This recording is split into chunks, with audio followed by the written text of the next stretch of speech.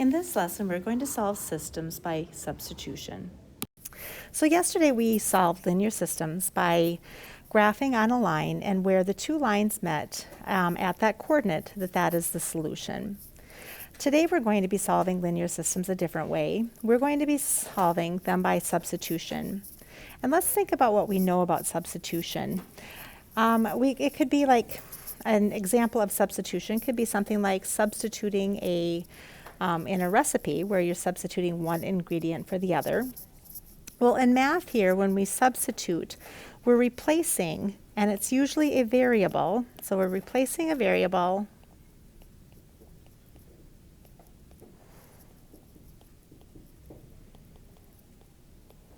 with another value.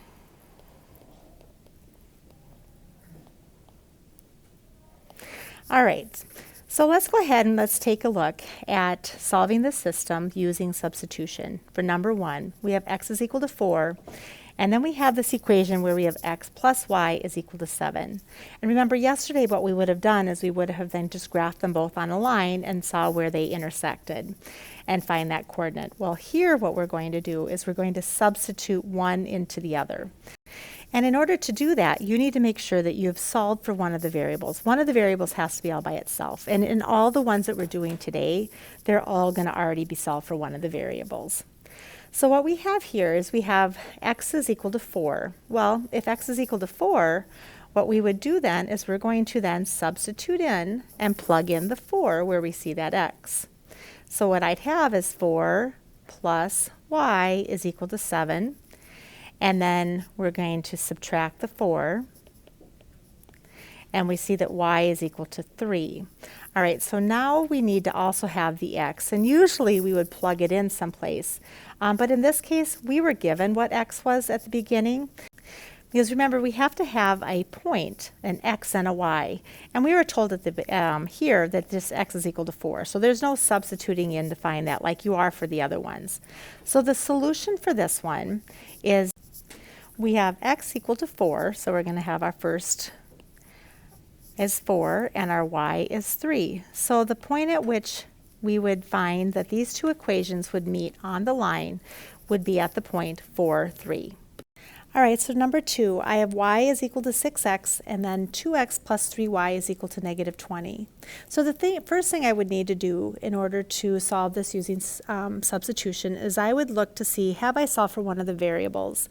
And notice how this y is all by itself, and so that's what we mean when we're solving for one of the variables. So I have y is equal to 6x, so y is all by itself.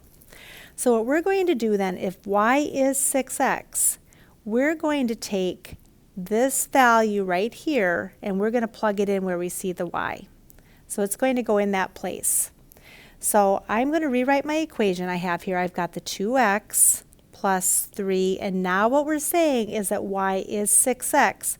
So I'm going to replace the 6x for that y, and it's now negative 20. All right, so now we have to simplify and solve for that x.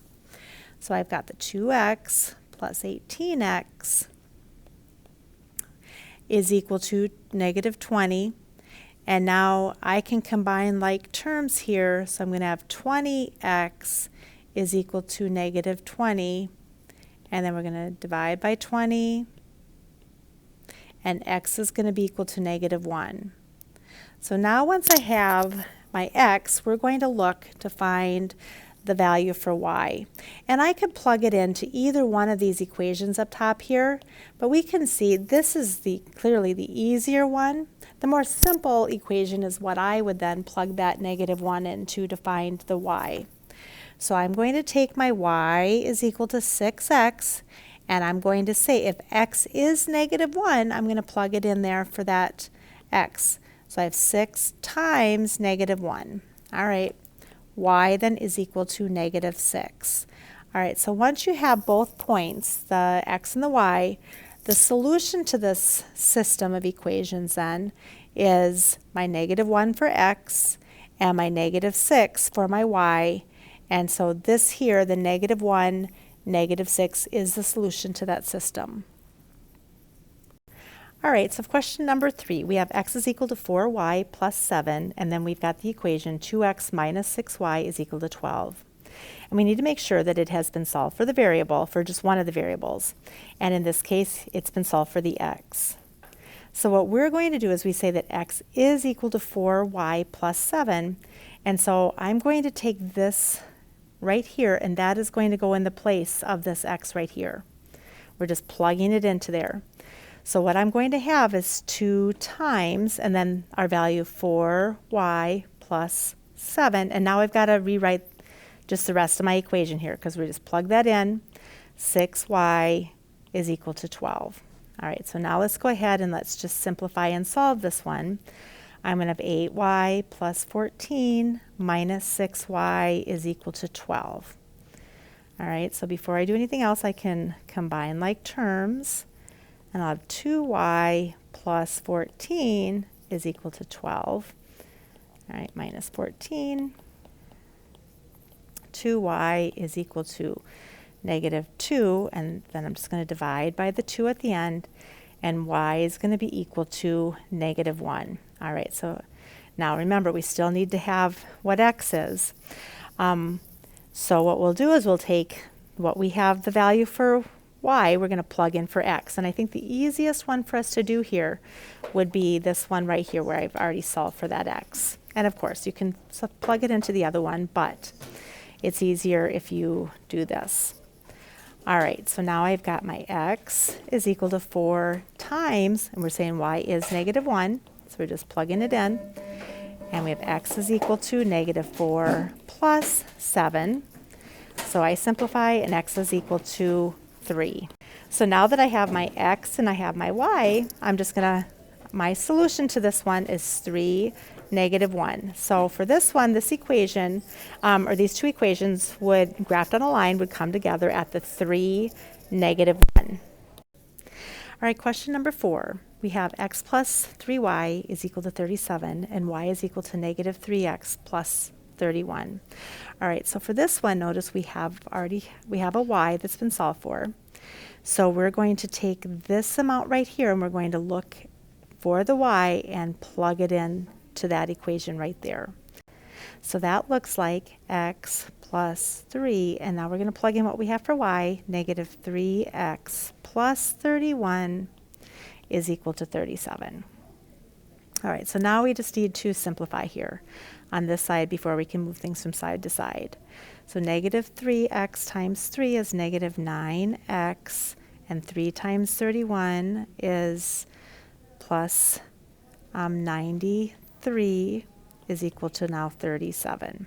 All right, so we can combine our like terms. There's a 1 there. I have negative 8x plus 93 is equal to 37. All right, so now I'll minus that 93, and negative 8x is equal to negative 56. All right, so let's finish it by dividing. And x is going to be equal to positive 7 then. All right, so now we have our x, and now we just need to find our y. So I think that the easiest one for us to plug it into would be this one right here.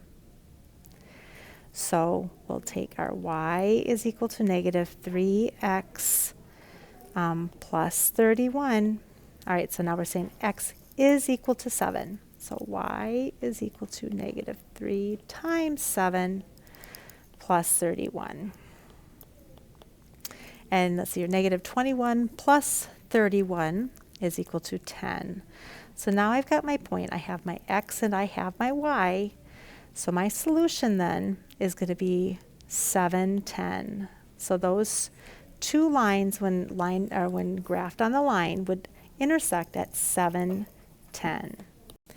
All right, so now this one looks a little bit different than the other ones that we've been doing, but the idea is the same. Notice how this one I have y is equal to 2x minus 11, and I have y is equal to x minus 8. So what we're going to do is we're going to then, again, I'm going to take one of these and I'm going to substitute it in where I see that variable. So we're going to say y is equal to 2x minus 11. So I'm going to come over to where I see this y right here, and that's where I'm going to plug it in. All right, so we're just substituting it in. So for this y right here, then I'm going to have the 2x minus 11 is equal to x minus 8. Now we're solving an equation where we've got the variables on both sides. And so don't forget that if you're solving an equation with the variables on both sides, you have to start with those variables. So I'm going to minus this x, or you could say 1x if you wanted to. And I'm going to have x, or 1x, so I'm just going to leave it as an x, minus 11 is equal to negative 8. All right, so we're just going to isolate the variable by adding the 11. And in this case now I have x is equal to 3. All right, so now we need to then come back and pick either one of these. It does not matter. I think because, you know, there's less to do for that one, I'm just going to pick that one, and I'm going to plug in x there. So I have y is equal to x minus 8. And I'm going to plug in this 3 where I see the x. So y is equal to 3 minus 8. And so y then is equal to negative 5. All right, so now that I have my x and my y, I'm going to put it in as a coordinate. I have 3, comma, negative 5. And don't forget, your x has to come first and then your y comes second. All right, in our last example now, we have at a local gym, you can either pay $90 for a monthly pass and then pay $4 each time you decide to go to the gym, or you can pay $13 for each time you go to the gym. All right, so we're going to write and solve a system to determine how many times you would need to attend the gym in the month for the monthly pass to be equal to the each time you go. So we're looking to see how many times you'd have to go for both of them to be the equal deal. So let's take a look at this. So we're going to have two equations. So this first one, the first gym, they charge $90 for a monthly pass, and then you pay $4 each time you go. So that's going to look like you're going to pay your $90 for your monthly pass, and then you're going to pay $4 each time you go. And so we're looking for those words like each, every. That's the one that gets the variable. All right, so that's what that equation is going to look like. Our second equation for the other gym, they just pay $13 every time you go. So they don't pay an upfront fee, but they are charging $13, which is considerably more than that $4. So we have y is equal to 13x, because there's not a one-time fee. They're not paying that. So now let's take a look and let's solve this system. And notice how we have both of them solved for a variable. What I'm going to do is I'm just going to take this one and I'm going to plug it up over here. And it wouldn't have mattered if I had taken the 90 first. It does not matter at all.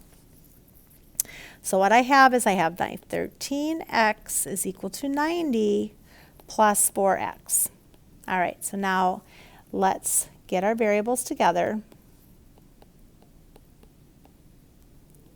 And I'm going to have 9x is equal to 90. All right, so I have x is equal to, I divided by 9, and x is equal to 10.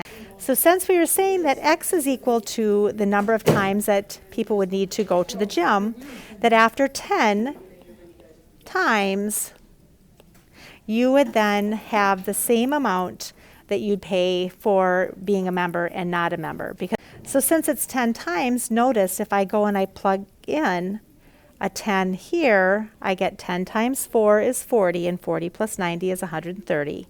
And if I plugged in 10 here, I have 10 times 13 is also 130.